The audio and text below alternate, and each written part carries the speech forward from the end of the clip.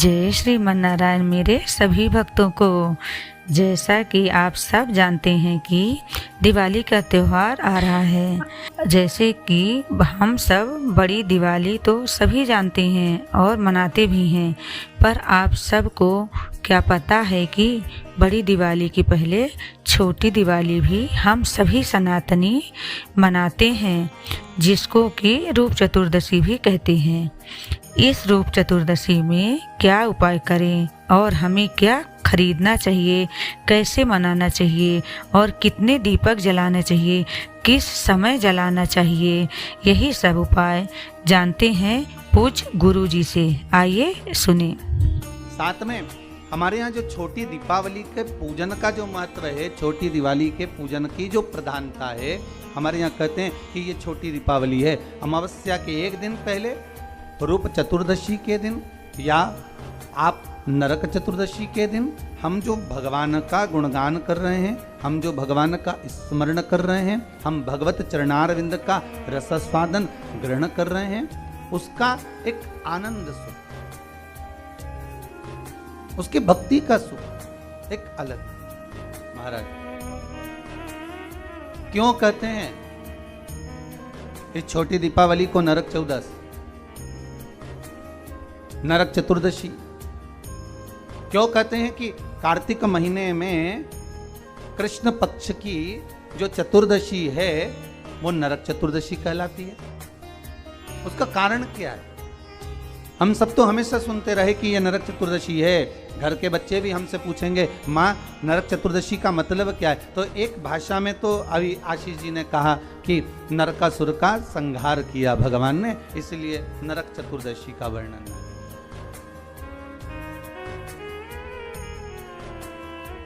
केवल एक नरकासुर का संहार करने पर नरक चतुर्दशी का महत्व वर्णन हो, पर हमारे शास्त्र, हमारे वेद, हमारे पुराण हमें जो वर्णन करते हैं महाराज, एक सुंदर नगरी में रांतिदेव नामक का एक राजा निवास कर रहा है। बड़ा सुंदर भाव है महाराज उस रांतिदेव।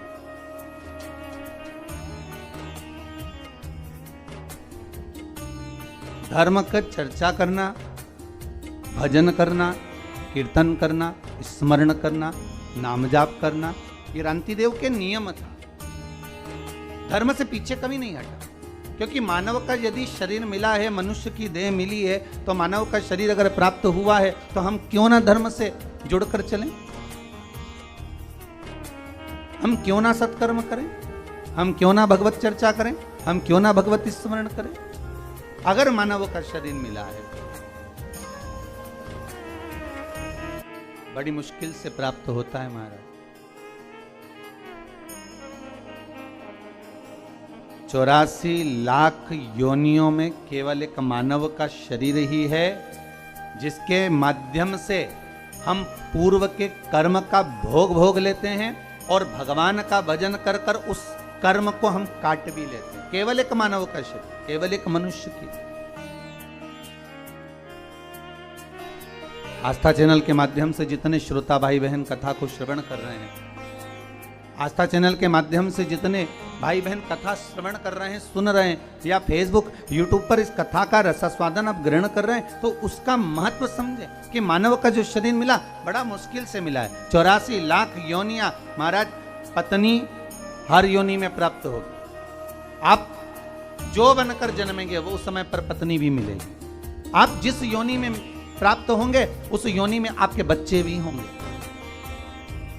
हर योनि में कुटुंब भी होता है, कबीला भी होता है, पत्नी भी होती है, पति भी होता है, बच्चे भी होते हैं। हर योनि में आपको सब कुछ मिलेगा। खाने को भी प्राप्त होगा, पानी पीने को भी मिलेगा, आपको रहने के लिए कोई क्वार्टर, कोई घर, जहां अस्तबल आदि जिस योनि में हम हैं उसमें कुछ ना कुछ आपको रहने के लिए भी प्राप्त होगा। पर हर योनि में बच्चे भी मिलेंगे, पत्नी भी मिलेगी, पति भी मिलेगा, कुटुंब कबीला भी मिलेगा, भोजन करने को अन्न भी मिलेगा, या अन्न भाग जो आप खा सकते हो वो मिलेगा, पीने के लिए जल भी मिलेगा, रहने के लिए आपको भवन भी मिलेगा। आप जहां रहने का है वो सब प्राप्त होगा, प्रत्येक योनि में प्राप्त होगा, प्रत्येक योनि में। बस एक चीज प्राप्त नहीं होगी। वो क्या? महाराज, भगवान की सेवा, भजन, पूजन, स्मरण और भगवत नाम की चर्चा। इसलिए कलयुग केवल नाम आधारा और सुमर सुमर नर उतर। कली काल में नाम की आधारशिला को रखा, इसलिए कहा केवल एक मानव का शरीर है जो कर्म के भोग को भोगते हुए, हमारे कर्म के भोग को मिटाते हुए, भोगते हुए भगवत स्मरण की ओर अग्रण्य बढ़ा देता है, आगे बढ़ा देता है, भगवान के नाम की ओर आगे लेकर चले महाराज। इसलिए शायद कहा कि मिलती है राम नाम की दौलत कभी कभी,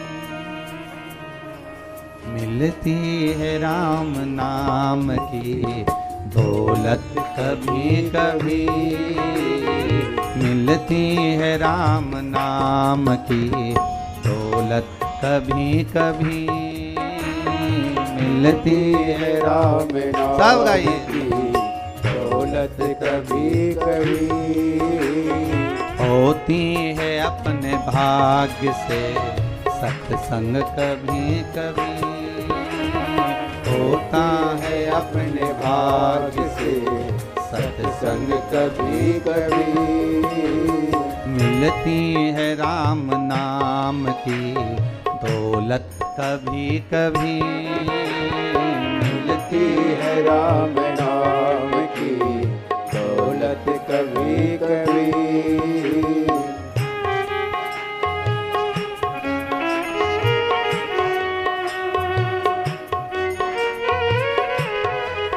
आओ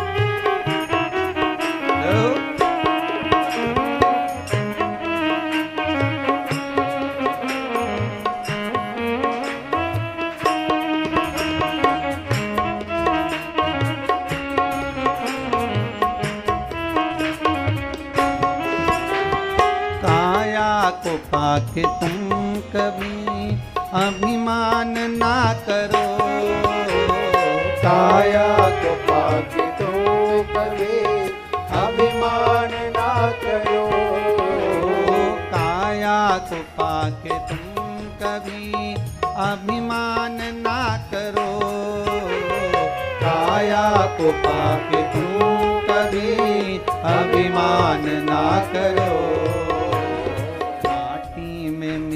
जाती है काया कभी कभी, माटी में मिल जाती है काया कभी कभी, मिलती है राम नाम की दौलत कभी कभी, मिलती है राम नाम की दौलत कभी कभी।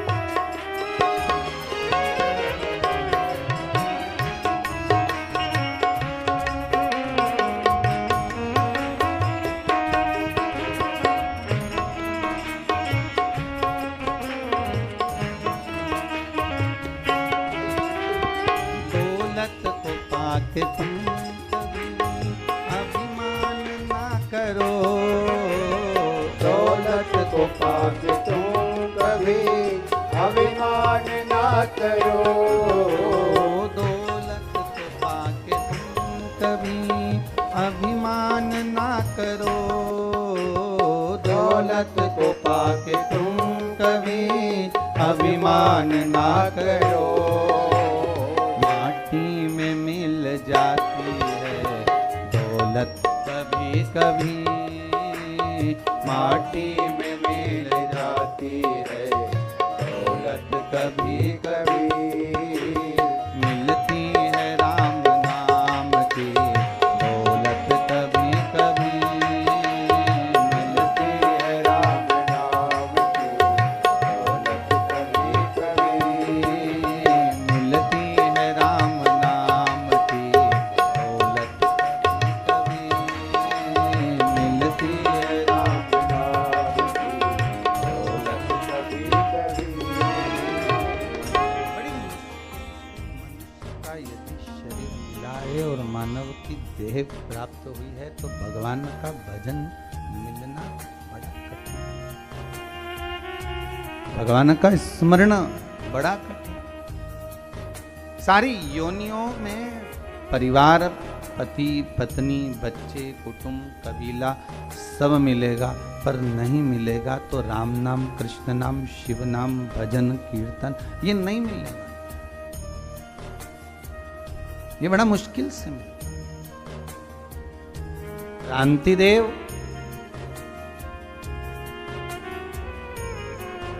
इतने धर्मात्मा राजा थे, हर पल हर घड़ी हर क्षण दान पुण्य संकीर्तन सब करा,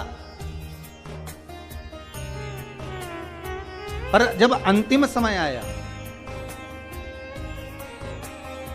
नरक चतुर्दशी का महत्व समझ रहे हैं अपन। आज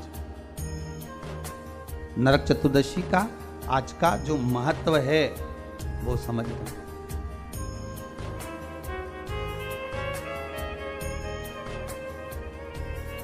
क्या महत्व है नरक चतुर्दशी का?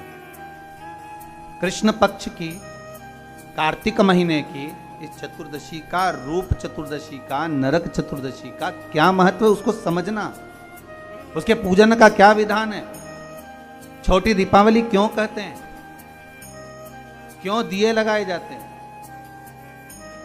उसके महत्व को महाराज क्रांतिदेव का जब अंतिम समय आया और यम के दूत आए क्रांतिदेव को बंदी बनाने के लिए, तो क्रांतिदेव ने पूछा, आप कौन हो, कहां से आए हो? भगवान का भजन करने वाला, स्मरण करने वाला, भगवत नाम की चर्चा करने वाला, कीर्तन करने वाला, दान पुण्य करने वाला, सत्कर्म करने वाला, भगवत नाम के भजन में डूबने वाला जब अंतिम समय में अपने प्राणों को छोड़ता है, तो महाराज शिव महापुराण की कथा कहती है, हमारे धर्म और शास्त्र कहते हैं, भजन करने वाला जब प्राणों को छोड़ता है तो यम के दूत सामने खड़े रहते हैं और उस जीव को ले जाने का जब समय होता है तब वो यम के दूत से चर्चा भी कर लेता है, बात भी कर लेता है। कई लोग कहते हैं महाराज जी, क्या मरने वाला व्यक्ति यमदूतों से बात करता है? क्यों नहीं करता? क्रांतिदेव का चरित्र कर रहा है, आज नरक चतुर्दशी का चरित्र कर रहा है। क्रांतिदेव यमदूत सामने खड़े हैं और उनसे बात कर रहे हैं। शिव महापुराण में राजा श्वेत का चरित्र आता है, यमदूत सामने खड़े हैं और राजा श्वेत उनसे बात कर रहे हैं। मार्कंडे भगवान का चरित्र आता है, यम के दूत सामने खड़े हुए हैं और वो उनसे बात कर रहे हैं। क्यों नहीं हो सकता महाराज? अरे मुख में हो राम नाम, राम सेवा हाथ में, और तू अकेला नाही प्यारे, राम तेरे साथ।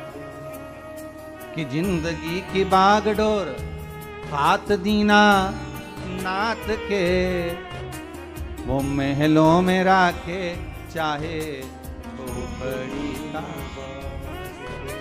सीताराम सीता सीताराम जाहि विधि राखे राम ताहि विधि रहिए।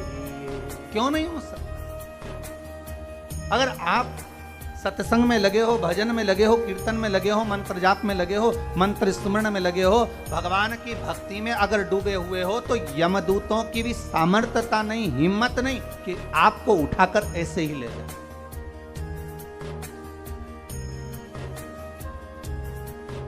यमदूतों की भी सामर्थ्यता नहीं कि वो आपको उठा कर ले जाएं। वहां तो चर्चा होती है, बात होती है कि साहब हम आए हैं, यमदूत सामने नजर आते हैं। कहीं कहीं आप लोगों ने भी अपने जीवन में सुना होगा, जब किसी के प्राण छूटते हैं तो कहते हैं ना कि उनको तो पहले ही भान हो गया था, उनको तो पहले ही मालूम पड़ गया था, उनने तो कह दिया था साहब कि ऐसा हो रहा है। कई बार हम कहते हैं, हमारी सहज भाषा में आप लोगों ने भी अपने जीवन में सुना होगा कि वो ऐसा बोल गया, वो ऐसा कर गया, उसको तो मालूम पड़ गया था, उसकी तो सूचना मिल गई थी, अंतिम समय क्या है उसको मालूम पड़ गया। महाराज आज रांति देव के साथ वही हुआ। रांति देव ने पूछ लिया, कौन हो? यमदूत। लेने आए हो? हाँ, चलना पड़ेगा। बिल्कुल चलता हूं। कहां लेकर जाओगे? नरक।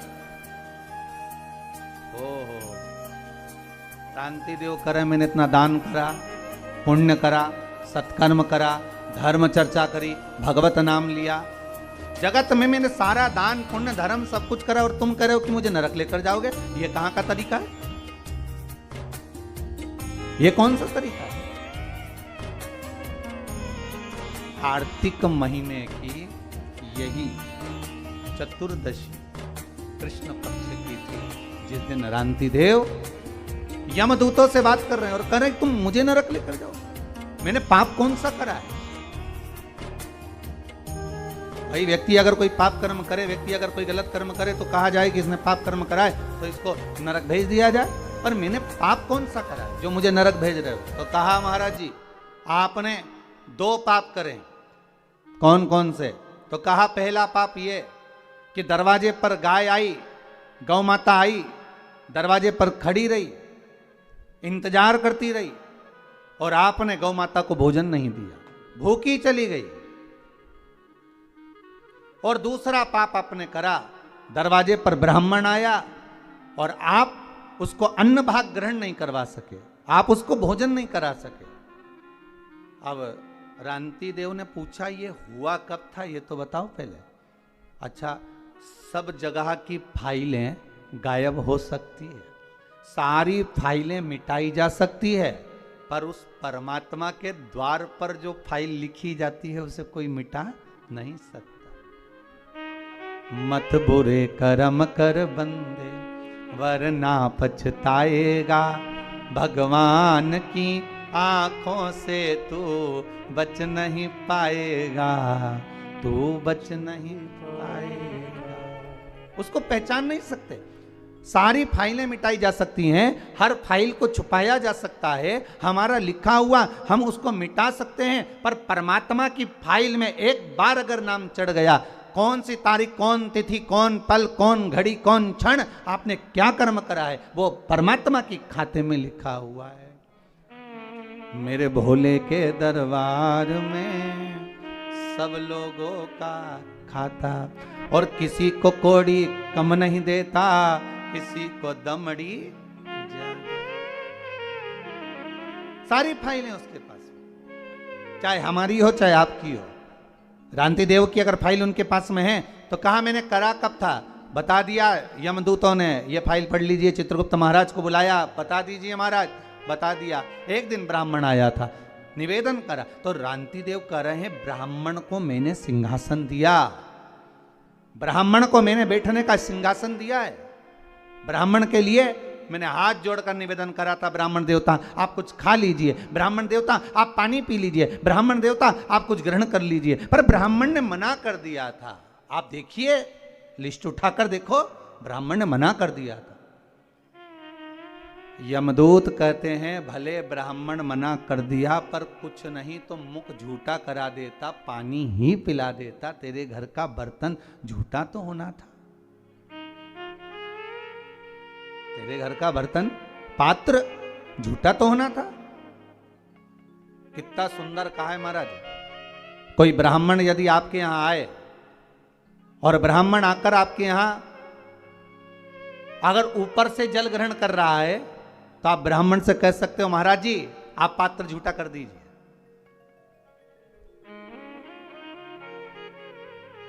कोई ब्राह्मण आकर आपके यहां आया और वो ऊपर से जल भाग ग्रहण कर रहा है वो हथेली में भाग लेकर, लाओ सब प्रसाद दे दो हथेली में, हथेली में भाग लेकर ब्राह्मण ग्रहण कर रहा है, तो उसको यजमान को चाहिए कि वो ब्राह्मण देवता से कहे कि ब्राह्मण देवता पात्र झूठा कर दीजिए, पात्र झूठा कर दीजिए, ये प्लेट झूठी कर दीजिए, ये पात्र झूठा कर दीजिए। क्यों? शास्त्र कहता है जितनी देर तक ब्राह्मण का झूठा पात्र घर में रखा रहता है, जितनी देर रखा रहता है उतनी देर घर से क्लेश को मिटा देता है। महाराज क्यों कहते हैं कि ब्राह्मण का मुख झूठा कराओ? अर्थात घर का पात्र भी झूठा होगा, वो रखा रहेगा, फिर घर की कोई बहू, घर की कोई माँ उस पात्र को लेकर जाती है, जब धोती है, साफ करती है, महाराज उसने अपनी जिंदगी में जितना पाप कर्म करा होता है, मात्र ब्राह्मण के पात्र का, उस पात्र को धो लेने पर भी उसके ना जाने कितने पाप नष्ट हो जाते, कितने पाप। अब झूठा कर लीजिए। मैंने कहा ब्राह्मण देव को, रंती देव करे, मैं बार बार निवेदन कर रहा हूं, ब्राह्मण देवता पानी पी लीजिए, ब्राह्मण देवता भोजन ग्रहण कर लीजिए, ब्राह्मण देवता आप कुछ खा लीजिए, पर ब्राह्मण ने नहीं खाया। यमदूत करें, आपको चाहिए था कि आप मुंह झूठा कराते, भले पानी का आचमन ही करा दे। अब देखिए आचमन करा, अब पानी का भले आचमन करा देते, पर कराना। एक दूसरा, गाय तुम्हारे दरवाजे पर आई और आपने गौ माता को रोटी नहीं दी, आप गाय को भोजन नहीं दिया। रांति देव हाथ जोड़कर बोले, महाराज आप ये गलत कह रहे हैं कि मैंने गाय को रोटी नहीं दी। महाराज मैंने गाय को भोजन नहीं दिया, आप ये गलत कह रहे हैं। मेरे द्वार पर गाय आई और मैंने गौ माता को भोजन दिया। आप देखिए, आप स्मरण करिए, भगवान यमदूत कहते हैं गाय आपके दरवाजे से भोजन कर कर चली गई थी, पर कुछ समय के बाद गाय फिर दरवाजे पर आकर खड़ी हो गई थी, उस समय पर आपने उसको भोजन नहीं दिया। महाराज जब एक बार दे दिया तो दूसरी बार कैसे देते? यमदूतों ने कहा परमात्मा एक बार आपको सुख दे देता है और उसके बाद परमात्मा आपको सुख देना बंद कर देता है, तो क्या आप परमात्मा से वापिस सुख नहीं मांगते? क्या आप परमात्मा से वापिस सुख नहीं मांगोगे कि हे प्रभु, हे भोलेनाथ, हे मेरे नारायण, हे मेरे राम, हे मेरे कृष्ण? एक बार अगर आपने सुख दे दिया और सुख देने के बाद फिर वापिस वही की वही लीला चालू हो गई, वही हमारा कर्म का दुख हमारे सामने आ गया, तो क्या आप भगवान से वापिस सुख नहीं मांगोगे कि हे भगवान हमें वापिस सुखी कर दीजिए, वापिस ऐसी कृपा कर दीजिए कि हमारा वैभव, हमारा धन, हमारी प्रतिष्ठा, हमारा यश, हमारी कीर्ति पुनः वापिस स्थापित हो जाए? रंती देव, गाय अगर एक बार भोजन कर कर चली गई और दूसरी बार पुनः तुम्हारे दरवाजे पर आई है, तो तुम्हारे दरवाजे पर तुम्हारा कल्याण करने के लिए आई है। तुमने उसको भोजन नहीं दिया, क्षमा करिएगा, मुझसे गलती हो गई, इसलिए तुम्हें नरक भोगना पड़ेगा। रांति देव ने कहा नरक अगर भोगना तो मेरा पुण्य कहाँ गया वो बताओ। पुण्य तुम्हारे सामने, तुम्हारे पुण्य के बल पर मांगो। तुम बैकुंठ का भोग भोगोगे कि कुछ और मांगना चाहते हो? इतने में रांति देव ने कहा अगर मेरे पुण्य का भाग देना चाहते हो तो केवल मेरे जीवन में 1 वर्ष के लिए मृत्यु को टाल दीजिए। 1 साल मेरी मौत ना हो, मेरी मृत्यु ना हो। 1 वर्ष? हाँ, क्या करोगे? रांति देव ने कहा जो नहीं कर पाया वही करूंगा, आप 1 वर्ष के लिए मुझे पुनः मेरा जीवन दे दो। भगवान यमदूतों ने कृपा करी और यमदूत उसको छोड़कर 1 वर्ष के लिए दे दिया उसका पुण्य का भाग। रांति देव नरक को जीत लिया, वो 1 वर्ष के पुण्य के बल पर। इतना ब्राह्मण भोज कराया, इतना गौ माता का भाग प्रदान करा, इसलिए इस कथा को वर्णन करते हुए कहते हैं कि इसको कहते हैं नरक चतुर्दशी। क्यों? रांति देव को नरक से छुड़ा लिया था इस। कई बच्चे पूछते हैं कि नरक चतुर्दशी का मतलब क्या, नरक चतुर्दशी का मतलब क्या? बताना पड़ेगा कि रांति देव को नरक से छुड़ाया था आज के। फिर रांति देव ने क्या करा? कहा महाराज इसी नरक चतुर्दशी के दिन ब्राह्मण का भोजन कराया, गौ माता को द्वार पर बुलाया। दरवाजे पर जब गाय नहीं आई तो जहां गाय बंधी थी वहां जाकर गौ माता को घासा भोजन का जिमाकर उसका आचमन कराया। आशा करती हूँ कि आप सभी को ये वीडियो पसंद आया होगा, तो प्लीज़ वीडियो को लाइक और शेयर जरूर करें और कमेंट बॉक्स में हर हर महादेव जरूर लिखें और हमारे चैनल सनातन विद्या को सब्सक्राइब जरूर करें।